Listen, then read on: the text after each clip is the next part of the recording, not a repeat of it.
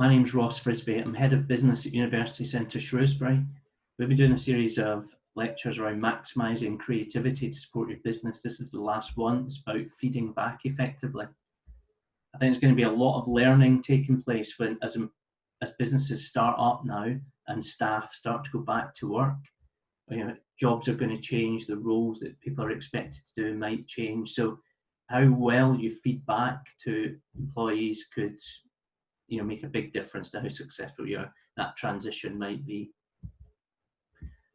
So I think some of the principles to bear in mind then, the first bullet point I've mentioned here is try and get permission before you give feedback to someone.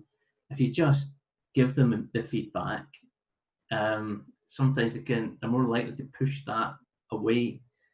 But if you can just get that permission first, it might be more open to hearing what you've got to say. Secondly, try and depersonalize as much as you can. So focus on the behavior itself. Try and isolate the actual behavior and not about the person that's actually doing the thing that you're looking to change. And as we've been, focusing on throughout the previous 5 mini lectures, really try and get the member of staff to see the new behavior in action.